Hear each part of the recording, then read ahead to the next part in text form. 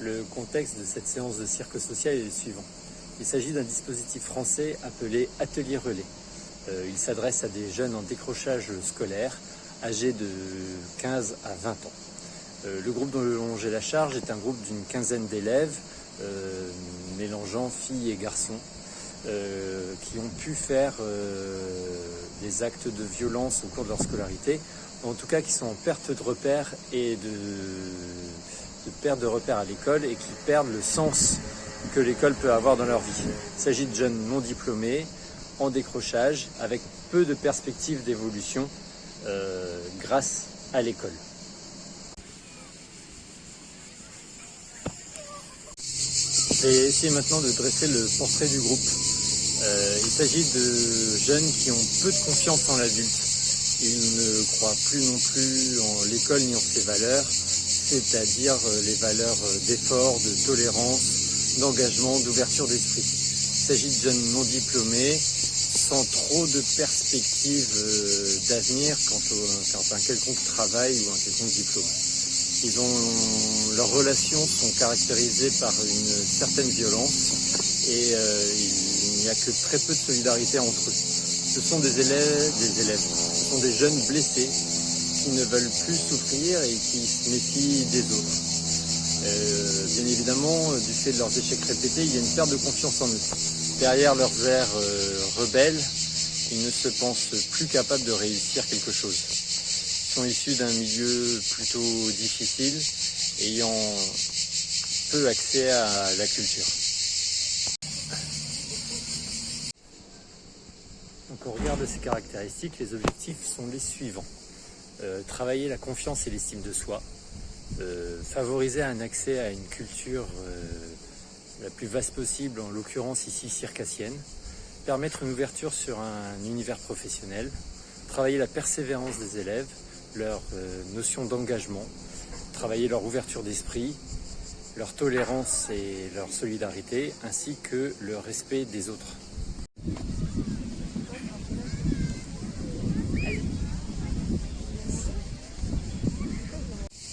Cet atelier est le 6e d'une session de 12. Lors des précédents ateliers, on a mis en place les différents rituels d'accueil, rituels de mise en route. On a pu travailler la notion d'engagement à travers un contrat de persévérance et retrouver le goût de l'effort.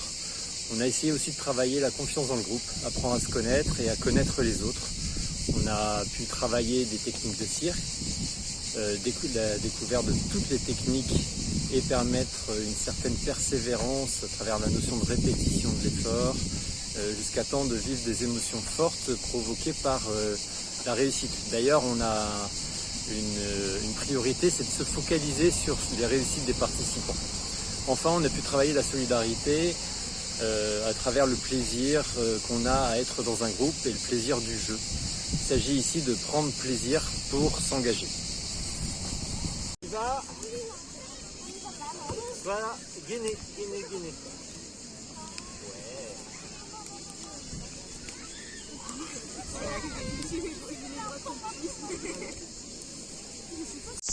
Les enjeux de cette 6e séance, il s'agit de mettre les compétences techniques circassiennes développées tout au long de cet atelier au service d'un jeu d'acteur. Il s'agira de plus de préparer les participants à une première intervention face à un public. Comme je l'ai déjà dit dans ma copie, cette 6e séance, c'est la préparation de la 7e. La 7e, c'est un happening en pleine rue pour faire la promotion du spectacle de fin de session. Donc on va préparer cet happening à l'aide de petits jeux d'acteurs au sein de ces jeux d'acteurs, on mettra la technique circassienne au service de ces situations. Il s'agira par ailleurs de mettre l'erreur au service de l'apprentissage. Si les participants font des erreurs, ça devra leur servir de mise en projet et ça sera l'occasion d'apprendre de leurs erreurs. Les discussions de fin d'atelier permettront de savoir à peu près comment ils ont vécu ces erreurs, ce qu'ils en ont pensé et comment faire pour ne plus les refaire ou pour faire différemment. Il s'agira aussi de promouvoir le spectacle donc de fin de session à travers la distribution de flyers, de collages d'affiches, mais aussi par l'happening qu'on présentera, happening qui sera une sorte de mise en bouche de ce qui sera présenté lors du spectacle. Et enfin, cette 6e séance consiste aussi en une ouverture sur l'univers professionnel, puisqu'il permet aux participants de vivre la vie de circassien, avoir une opportunité de travailler dans la communication, dans le graphisme, à travers toujours cette mise en page d'affiches, de flyers. La communication, ça renvoie à la fois à la conception de ces affiches flyers, mais aussi à la communication sur les réseaux sociaux ou dans la rue. Comment aborder les gens, comment leur parler du spectacle, comment leur parler de ce qu'on est en train de faire. Et enfin, il s'agira aussi de vivre des situations de metteur en piste, puisque chaque participant va être amené à regarder les autres faire, les conseiller, leur faire des retours et leur demander de faire différemment, pour toujours profiter de ses erreurs et grandir à l'aide de ses erreurs. Je sens que tu vas y arriver. Là-bas, il y a une boue. Et voilà. Et voilà. On va maintenant rentrer dans le vif du sujet et décrire les différents temps de l'atelier. Le premier temps de l'atelier, c'est un temps de planification et de vérification des équipements. Les deux instructeurs et l'intervenant revoient un peu leurs objectifs, revoient les objectifs du jour, l'avancée de toutes les sessions de l'atelier et voient où ils en sont et si tous les objectifs sont encore atteignables ou s'il faut modifier des choses. On fait aussi un peu le bilan du bilan de la séance précédente. Il s'agit aussi de vérifier les installations, revoir si tout est aux normes, revoir si le matériel est toujours bien accroché, revoir les points d'accroche, afin que ce soit un préalable au bon déroulement de l'atelier. Le deuxième temps est un temps d'accueil, l'accueil des participants. Il s'agit d'être là pour les participants, répondre aux besoins, être à l'écoute, savoir comment ça va pour eux, est-ce qu'il y a des problèmes physiques, est-ce qu'il y a des problèmes psychologiques, et prendre un peu la température de l'état physique et l'état d'esprit de chacun. Il s'agit aussi de se poser en tant qu'exemple pour tout le monde, être capable de se poser en moteur de la séance et aussi de se dire qu'il y a un engagement et que chacun doit participer à la hauteur de ses potentialités du jour. Mais dans tous les cas, chaque participant a signé un engagement, il s'agira de participer. Je couperai au montage, je ne sais pas ce que je garde en fait.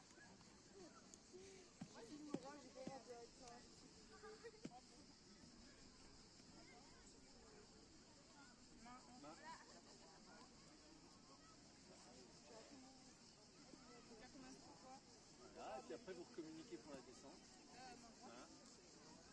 Voilà. On plie les jambes, Clémence, et pousse vers l'avant. Super. Le troisième temps de cet atelier est le temps du rituel de commencement. Notre objectif derrière ce rituel est de sortir le participant du quotidien. C'est un travail, donc, comme je disais, de yoga, de cohérence cardiaque. Et dans un premier temps, l'idée est de travailler la disponibilité, l'écoute, tout en préparant le corps à la pratique physique. Par ce rituel, nous souhaitons que les participants quittent un peu leurs soucis et leur état psychologique, psychique et état de corps du moment pour rentrer dans une qualité différente. Une qualité centrée sur les sensations, centrée sur l'écoute de soi, du groupe. Et alors d'abord, le premier temps, yoga, cohérence cardiaque, c'est l'écoute de soi. Et dans un deuxième temps, on fait un petit jeu de transmission d'énergie. On est en cercle, tous ensemble, et on se passe un geste et un son. C'est l'instructeur qui commence et qui donne un peu le tempo, le rythme. Il s'agit de rester à l'écoute pour jamais briser le rythme et toujours et être attentif à son tour en fait, pour que le rythme soit conservé tout le long. Et là, on est plus sur une écoute de groupe. Le temps 4 est le temps de l'atelier proprement dit. Notre but est d'utiliser les compétences techniques circassiennes déjà développées lors des séances précédentes et de les mettre au service d'un jeu d'acteur. C'est pas le jeu d'acteur qui est au service des techniques circassiennes, mais bien l'inverse. Ce qui prime avant tout, c'est l'état de corps du jeu. Et on mettra les techniques circassiennes au service du jeu. L'idée derrière, c'est de préparer un happening, donc d'être en jeu dans la rue, et on va utiliser les agrès comme accessoires. Donc c'est la deuxième séance où un jeu d'acteur est proposé. On a conscience que ça peut faire peur un peu aux participants, surtout vu leur profil, avec une notion de manque de confiance en soi et un déficit d'engagement. Mais notre approche est très ludique. On commence par des situations très faciles pour entrer progressivement dans le jeu d'acteur sans s'en rendre compte finalement. Pour chaque situation, c'est très important, il va y avoir des occasions d'être regardé et de regarder les autres. Par exemple, on travaille une situation tous ensemble, mais ensuite on va séparer le groupe en deux avec la moitié du groupe qui regarde et l'autre moitié qui fait. On va aussi jouer sur la taille des groupes, on va varier ces tailles de groupes pour augmenter progressivement le nombre de spectateurs. Si je prends par exemple ma première situation qui est la situation de bouteille Soul, les participants sont par 3. Il y en a 3 qui font. Ils peuvent être regardés par 3 autres personnes, donc il n'y a que 3 paires d'yeux qui regardent le groupe qui est en train de faire. Et on va centrer, par exemple, on va donner des critères d'observation. Ces critères, ça va par exemple être de se centrer sur le nombre de gestes parasites, ou y a-t-il des pertes de mémorisation visibles, ou est-ce que c'est original, ou est-ce que ça a procuré certaines émotions. Est-ce que ça a convoqué notre imaginaire à travers par exemple la question à quoi ça me fait penser? Ça me fait penser à... Donc quand on est spectateur, on a toujours un critère précis à identifier. Il ne s'agit pas que les participants croient qu'ils sont jugés en tant que personne, mais ce qu'on regarde et ce qu'on peut éventuellement juger, c'est ce qui est fait.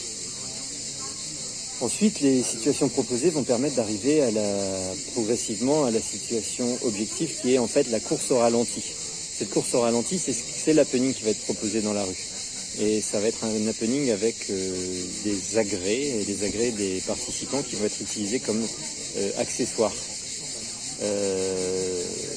Cette situation a l'avantage de pouvoir être proposée dans la rue sans aménagement et de présenter tous les participants et leurs agrès sans montrer de technique circassienne.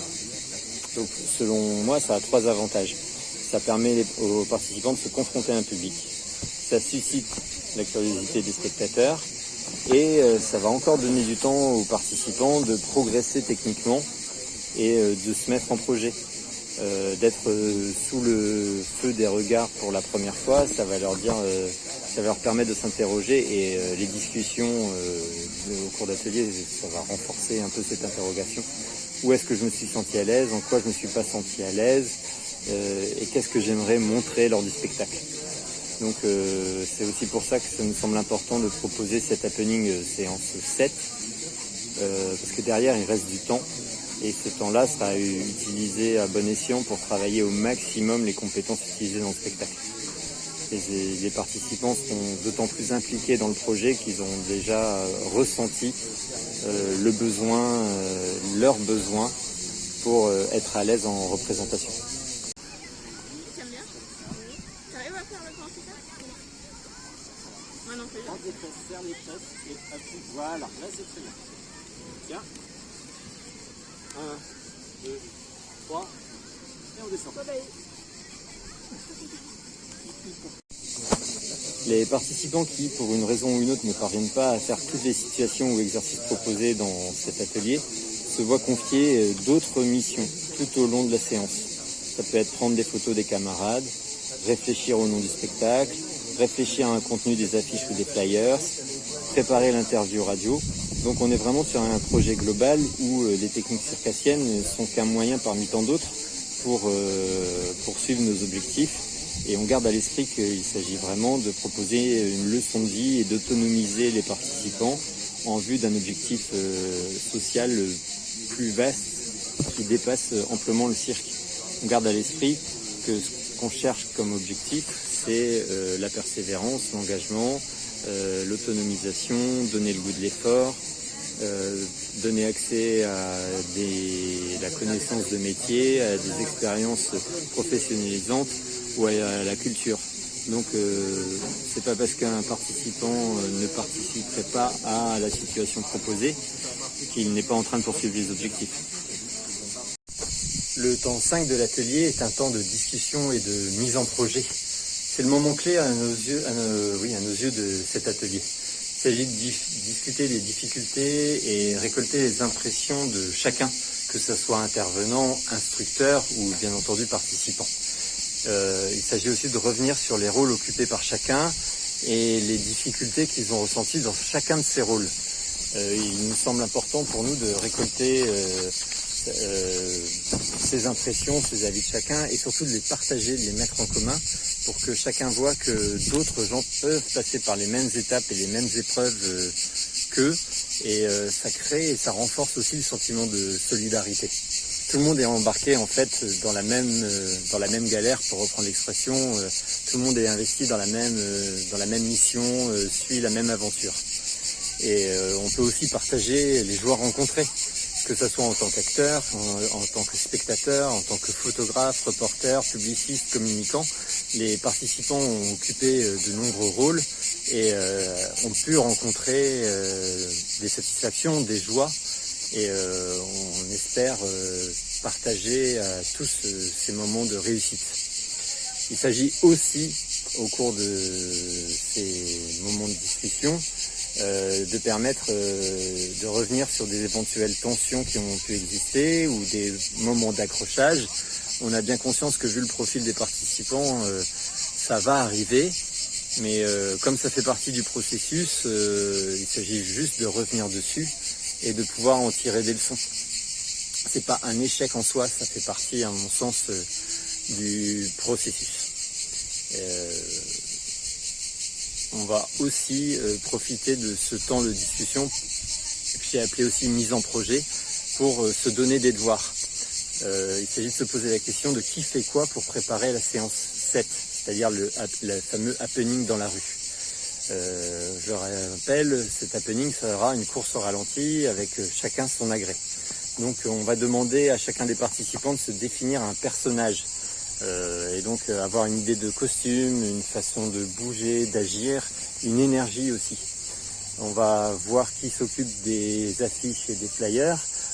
Comme je l'ai noté dans mon devoir, on va travailler avec les partenaires locaux. À Amiens, il y a une association qui s'appelle la Briqueterie qui permet à nos jeunes de réaliser de la typographie et réaliser des affiches et de les imprimer en noir et blanc gratuitement. Donc ça n'a aucun coût, aucune incidence pour le fonctionnement de l'atelier. On va voir aussi qui s'occupe de la communication sur les réseaux sociaux, qui s'occupe enfin de l'interview radio, puisque nous avons décidé de communiquer cet événement à travers des radios associatives. Évidemment, on s'assoit le plus possible sur les ressources présentes autour des jeunes, autour d'un leur environnement, pour que derrière on leur donne des clés de réussite pour s'en sortir et pour les autonomiser le plus possible dans leur parcours à venir.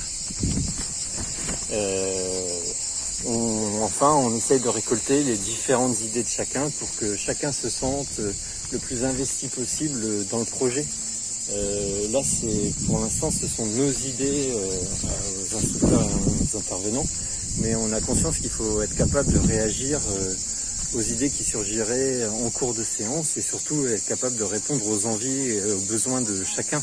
Donc s'il y a des participants qui manifestent des envies particulières, ça nous semble important de pouvoir y répondre.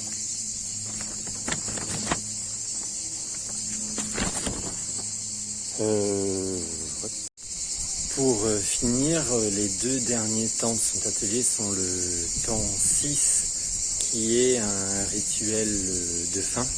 On reprend la cohérence cardiaque et le yoga pour recentrer encore une fois le participant sur ses sensations internes. Et puis, donc ça c'est plus pour la cohérence cardiaque, une sorte de retour au calme. Et en ce qui concerne le yoga, ça nous permet de faire cette routine de salutation au soleil une deuxième fois dans la séance, ce qui, pour créer un habitus santé et développer un peu les compétences physiques, permet de faire 2 fois cette salutation au soleil et donc augmenter son temps de pratique. On a conscience que ça fait pas beaucoup de salutations au soleil, mais si on regarde 2 salutations par le nombre de séances, 12 séances sur l'ensemble de cet atelier, ça fait un certain nombre de salutations au soleil faites et ça va surtout permettre aux participants de retenir comment faire la salutation et donc de la faire après seuls dans leur coin, ce qui permet de rester en bonne santé assez facilement et d'entretenir un peu cette souplesse et cette force nouvellement créée, cette mobilité. Enfin, on terminera par le 7e temps qui est le temps de bilan entre les intervenants enfin, les instructeurs et intervenants pour mettre en perspective ce qui a été fait avec ce qui reste à faire et voir comment on peut mettre de l'huile dans les rouages pour permettre à l'atelier de fonctionner le mieux possible.